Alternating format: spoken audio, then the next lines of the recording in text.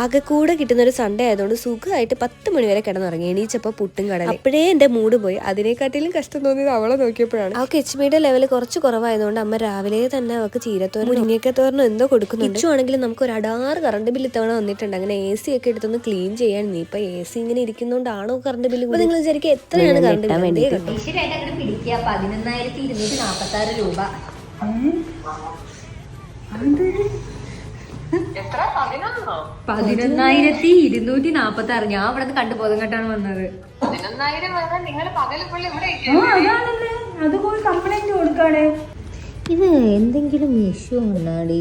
11,000 തന്നെ തന്നെ നമ്മള് രാത്രി മാത്രമേ ഇനിയിപ്പോൾ അത് ആലോചിച്ച് വിഷമിച്ചിട്ട് വല്ല കാര്യമുണ്ടോ? ഇന്ന് മട്ടൻ കറിയാണ്, അതുകൊണ്ട് നല്ല കുശാലായിട്ട് മട്ടൻ കറിയും കൂട്ടി ചോറ് കഴിക്കണം. നമുക്ക് കടയിലാവുമ്പോൾ ധൃതിയുടെ ഇടയ്ക്ക് പെട്ടെന്ന് വാരി കഴിക്കാനേ പറ്റത്തുള്ളൂ. എനിക്കാണെങ്കിൽ ഈ ചോറിനോട് പച്ചുള്ളി തിന്നുന്ന ഒരു ശീലമുണ്ട്. ചോറും കഴിച്ച് കിടന്ന് ഞാൻ വൈകിട്ട് എണീറ്റ്